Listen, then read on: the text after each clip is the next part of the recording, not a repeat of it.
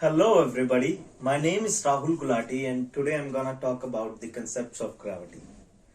Before get dive into the concepts of gravity, I just want to tell you something that in this video we're gonna majorly talk on 3 points.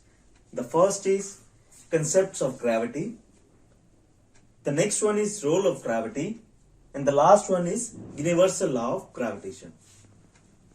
So let's try to understand the concept of gravity. To understand the concept of gravity, let's see a simple activity.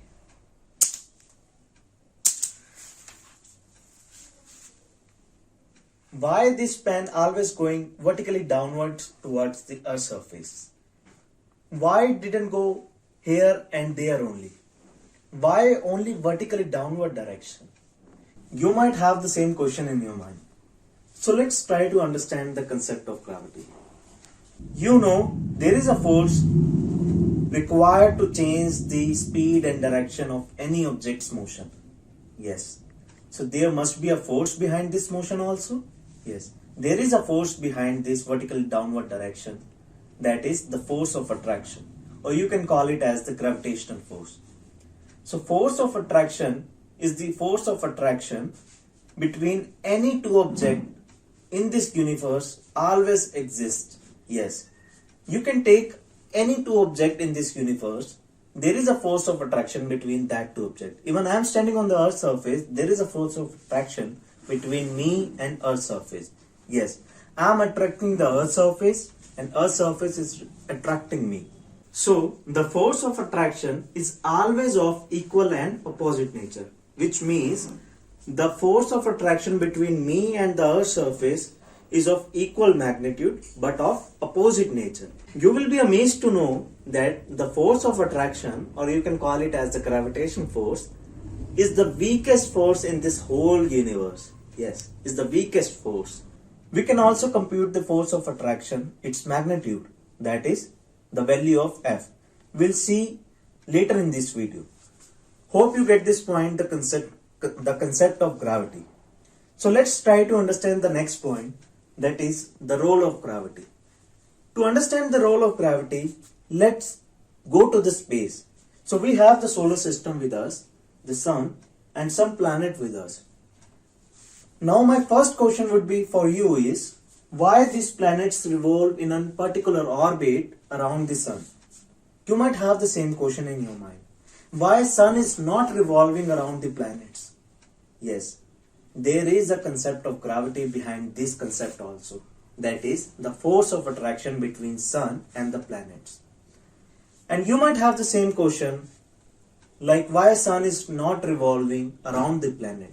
Because we know according to the second law of motion, acceleration is inversely proportional to the mass of body. Which means if mass of any body would become larger and larger, so acceleration would also become very smaller.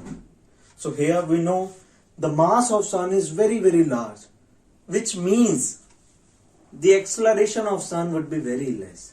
That's the reason why planets revolve around the sun in a particular orbit. Now you might have the question also, why planets revolving in a particular orbit only? Why they are not going towards the sun in a straight line? So yes, there is a force of attraction between sun and planets, and that force of attraction helps to retain the planets to revolve in a particular orbit due to the centripetal force. Let's first try to understand the last point of this video, that is universal law of gravitation. To understand the universal law of gravitation, let's see on this whiteboard. We need to have these two bodies having a different mass, that is m1 and m2, and the center to center distance, let's say r. So the universal law of gravitation says that the force of attraction F is directly proportional to the product of their masses, that is m1 into m2. This law also states that the force of attraction between these two bodies is inversely proportional to the distance, the square of distance between two bodies. That is, F is inversely proportional to the R square. And if you combine both these equations, we're gonna have F is proportional to the M1, M2 upon R square. And if we remove this sign of proportionality with the constant of proportionality, that is G, we'll have F is equal to G M1 M2 upon R square. So this is the formula ultimately we have, that is F is equal to G into product of masses upon R square. So we can see according to this formula we have two variables, that is mass and R, which will be different for every object, right? And one constant, that is G. And the value of constant G is equal to 6.67 into 10 raised to the power minus 11. We can also compute its unit in SI system or in CGS also. So that was all about from my side in this video. Hope you're gonna like it and you have learnt a lot from this video. Thank you so much, guys.